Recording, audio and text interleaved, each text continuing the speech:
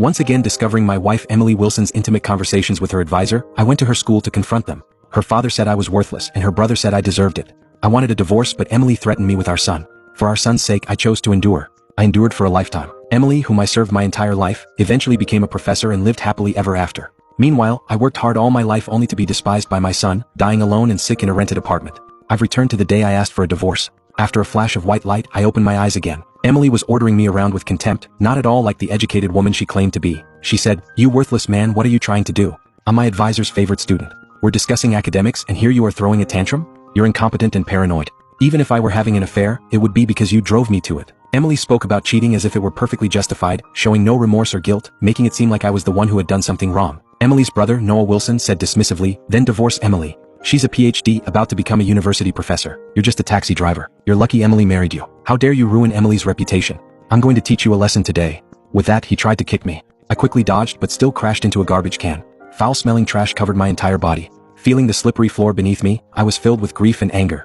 I stood up despite the pain and locked eyes with Emily. Her gaze was filled with undisguised disgust. I looked at her and said coldly, "Let's get a divorce." Emily calmly replied, "Fine by me. I've wanted a divorce for a long time." I said, "Good. Tomorrow we'll go to a law firm to draft the divorce agreement." Emily looked at me confidently and said, "The money and Ethan are mine. You're uneducated. He can't live with you." It was happening again. The first time I discovered her affair, I asked for a divorce. She knew our son Ethan Turner was my weakness. My parents wouldn't allow me to give up Ethan. Emily's father, Johan Wilson, was about to say something, but Noah stopped him. They all knew I would endure anything for Ethan. But after living through one lifetime, I had seen through their true nature, including Ethan's. In this life, I would never compromise myself for anyone again. Just like before, I left without saying another word. Before closing the door, I heard Emily mockingly say, "See, this coward won't divorce me."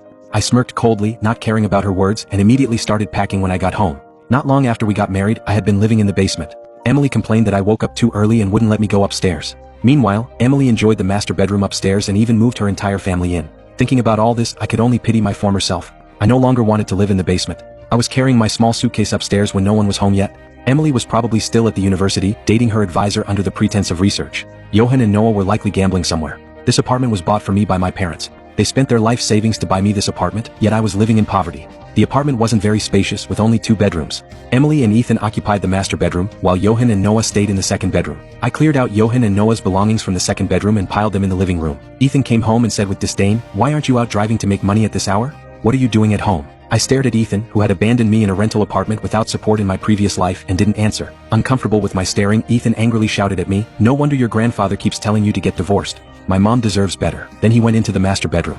Through the crack in the door, I could see Emily's various cosmetics, handbags, and jewelry in the room. All those were bought with my money. I had the receipts to prove it. She earned more than twice my salary from her research project at the university, yet she never spent a penny on our household. I clenched my fists and smirked coldly. Soon after, footsteps sounded at the door. Johan and Noah must have won some money. I could hear their laughter before they even opened the door. When they entered and saw their belongings piled in the living room and me sitting on the sofa, they immediately became angry. "Mark, what's wrong with you? Why did you move our stuff out here?" Noah yelled at me. I replied coldly, "I said I'm divorcing Emily. This apartment is mine. You all need to move out." I ignored him and continued moving things from the second bedroom. Seeing my unusual behavior, Noah stopped yelling at me. Johan called Emily, saying loudly, "Emily, come home right away." His voice was intentionally loud for me to hear. Seeing his childish behavior, I laughed sarcastically without arguing back. They watched with anticipation, not stopping me as I continued moving their things. Johan and Noah were furious but helpless as they watched their clothes being thrown on the floor. Soon the second bedroom was completely cleared out. I had filled half the living room with their belongings. Then I pushed open the door to the master bedroom, ignored the astonished Ethan, and lay directly on the bed. So comfortable, I couldn't help but exclaim. In my previous life, I never got to sleep in such a comfortable bed until I died. Being too exhausted, I quickly fell asleep. I don't know how long I slept before I heard Noah's voice outside the door. He said, "Emily, look at all this stuff. He's completely lost it. As soon as he got home, he moved all our things out. Does he not want me and Dad living here? Is he trying to kick us out?" It must be Emily who had returned. I ignored them and continued sleeping. "Who said you could sleep here? Get up now." Emily entered the bedroom. I roared angrily, "Why should I? This is my apartment and I'll sleep wherever I want." She snapped, "This bed is too expensive for a driver like you." I said, "No matter how expensive this bed is, I paid for it with my own money." My eyes glanced at the bags and cosmetics in the room. Emily followed my gaze and looked inside. She said nervously, "So you moved my dad's things out of the bedroom because you want them to leave? Mark, what did my father do to offend you that you want to kick them out?"